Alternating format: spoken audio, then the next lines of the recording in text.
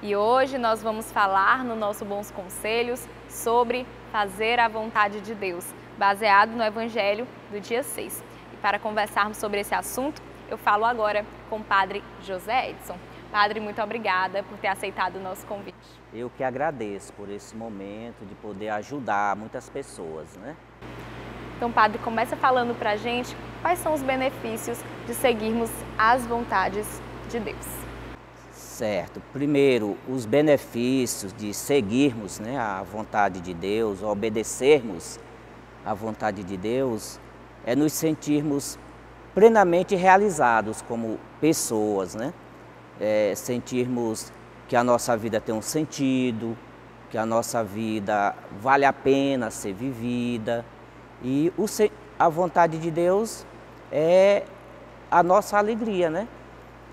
O homem criado à imagem e semelhança de Deus foi criado para obedecer à vontade do Pai, né? Então essa é a nossa vocação, obedecer verdadeiramente à vontade de Deus. Quando o homem não faz isso, ele se desvia do projeto de Deus, consequentemente peca, né? O que nós ganhamos com isso, nós sentimos a vida pulsar dentro do nosso coração e principalmente ganhamos a felicidade, a harmonia do mundo, não necessariamente pessoal. Quando você realiza a vontade de Deus, você está realizando aquilo que Deus quer de você, que Deus espera e para o qual você foi criado. E realiza o projeto de Deus neste mundo. E isso você ganha a sua liberdade. Só quem obedece à vontade de Deus é verdadeiramente livre. E o que Jesus quis dizer com a fala, que diz que quem segue a vontade de Deus é meu irmão, minha irmã, é minha mãe. Conta pra gente. Quando Jesus diz, quem faz a vontade de Deus é meu irmão, minha irmã e minha mãe, né? Olha, isso é muito profundo, é teológico, porque pela fé em Jesus Cristo, o verdadeiro vínculo, né, entre as pessoas, entre os cristãos, é a fé. Não mais os laços biológicos, né, sanguíneos, mas a vontade de Deus é que nos une, nos faz verdadeiramente fraternos, nos faz querer o bem do outro, nos engaja em prol de uma sociedade justa, né, fraterna, humana. E o caminho para isso é fazer a vontade de Deus. Quem faz a vontade de Deus pensa sempre no outro, se torna verdadeiramente irmão, se tem um coração cheio de compaixão, né? É incapaz de querer o mal para o outro, de fazer o mal ao outro, porque Deus é o fundamento, né, da nossa vida, do nosso dia a dia. E como nós cristãos podemos compreender a vontade de Deus, né, ter esse discernimento do que Ele deseja? Para a gente compreender a vontade de Deus nessa sociedade que nós estamos vivendo, marcada pelo barulho, a dispersão, a primeira condição é fazer silêncio, né? Esse silêncio, não só externo, mas principalmente interior, né? Quando você faz silêncio, se recolhe, como Jesus sempre fazia, né? Ele tinha um dia de atividades e no final da tarde ele se recolhia para um local deserto e lá passava a noite em oração, né? Rezando, escutando. Aí quando você mergulha, o silêncio ele possibilita você mergulhar dentro do seu coração, conhecer as suas vontades mais profundas, né? Seu desejo mais profundo. E quando esse desejo é verdadeiro, é um desejo que lhe arrasta para o outro, para fazer o bem, você está fazendo a vontade de Deus, porque a vontade de Deus, ela se revela, se manifesta em nossas profundezas, né? Então, o caminho é você silenciar.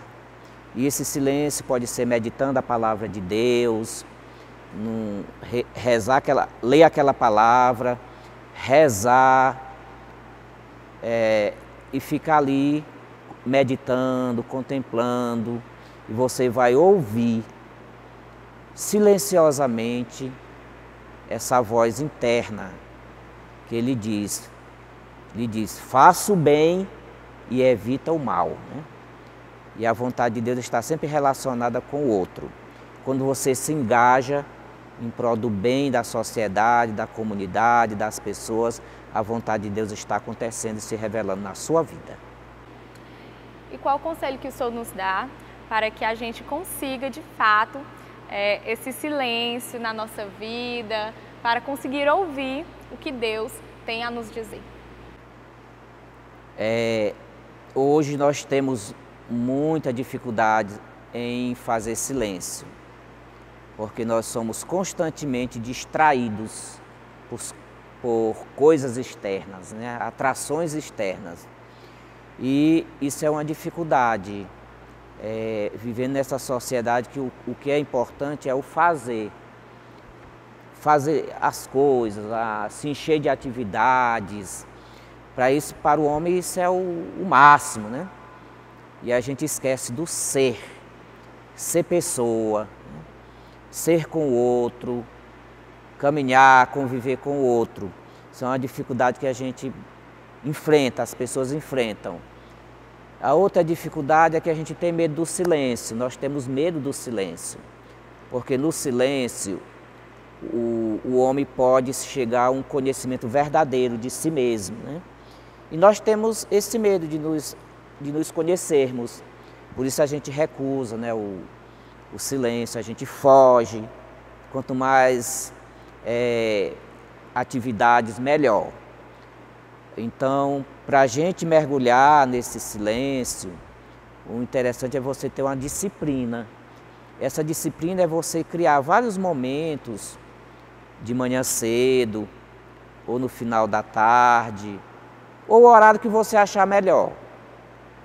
Pode ser 10 minutos, 20, mas aquele tempo ali você dá para você, é o seu tempo.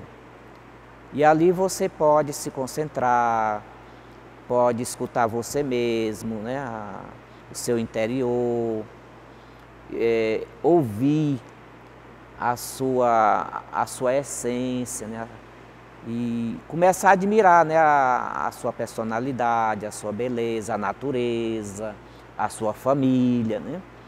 E ali você vai construir dentro de você uma calmaria, uma serenidade, uma tranquilidade que possa lhe fortalecer na fé, na sua espiritualidade e, consequentemente, você vai começar as suas atividades, seu dia a dia, com mais tranquilidade interior, né? Com mais harmonia interna, né? Mas para isso você tem que ter uma disciplina, porque a tentação é de você desistir logo, né? Esse silêncio ele acontece também com a continuidade, com a construção, né? Com os passos que você vai dando. Se você perseverar, se você persistir, isso é um momento de oração pessoal, né? Se você persistir, com o tempo você vai ter necessidade de um recolhimento pessoal. Então, Padre, muito obrigada por sua participação novamente no programa. Foi um prazer conversar com o senhor sobre esse tema. Muito obrigado também por esse momento. Eu fico feliz por poder ajudar, né? Quem sabe, né, algumas pessoas a começar esse caminho, né, de interiorização, de recolhimento. E olhe, nesse caminho, nessa prática, você pode chegar a uma verdadeira libertação interior, né, de feridas, angústia, né, medo, algumas coisas que impedem de você viver verdadeiramente uma vida, né, saudável, né, espiritualmente, mentalmente. Então, o caminho é este, né? A meditação, que exige esse silêncio, esse recolhimento. Muito obrigado, espero que que eu possa ter ajudado, né, muitas pessoas que estão nos escutando, ouvindo neste momento.